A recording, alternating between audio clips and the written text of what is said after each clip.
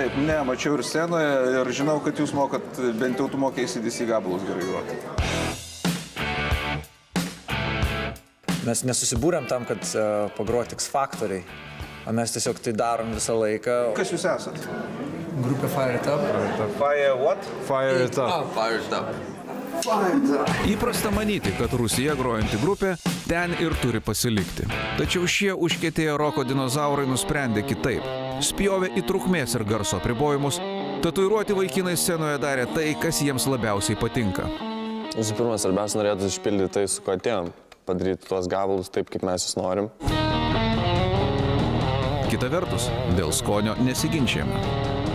Kad suskambėtų. Padaryti taip, kaip dėl savęs padaryti taip, kaip patys norėjom. Kad nuliptumėm ir sakytumėm, nu bent jau pavarėm. Rokas mirė visiems tam Vilniaus gatvėj, kur su Apple'ais klausos elektroninę muziką, atsisėdė kofeiną. Gal jam Rokas ir miręs. Pradeda netgi amžinatais Michael Jacksoną, baigiant dabartinę Rihanną ar Madoną, visur gitarų solo eina, būgnų progrojimai, taigi visur viskas yra, tai kaip gali būti tas Rokas miręs?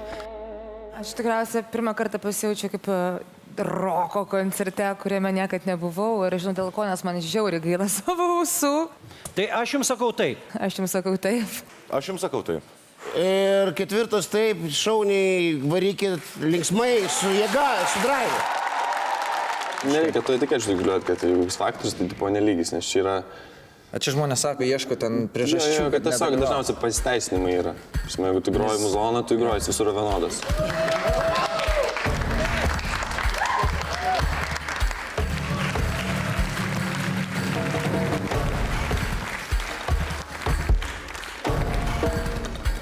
Sveiki. Sveiki. Važiuojam, vyrai. Važiuojam.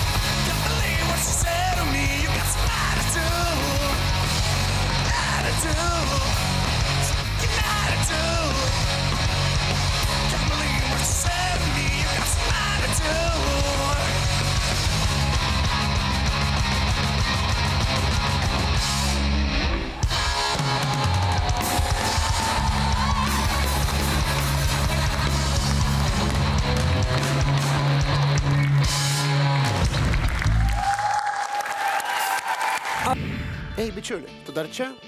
Spausk prenumeruoti ir visus naujausius X Factoriaus video pažiūrėsi pirmas. O taip pat visas naujienas rasi žinių ir pramogų portale tv3.lt.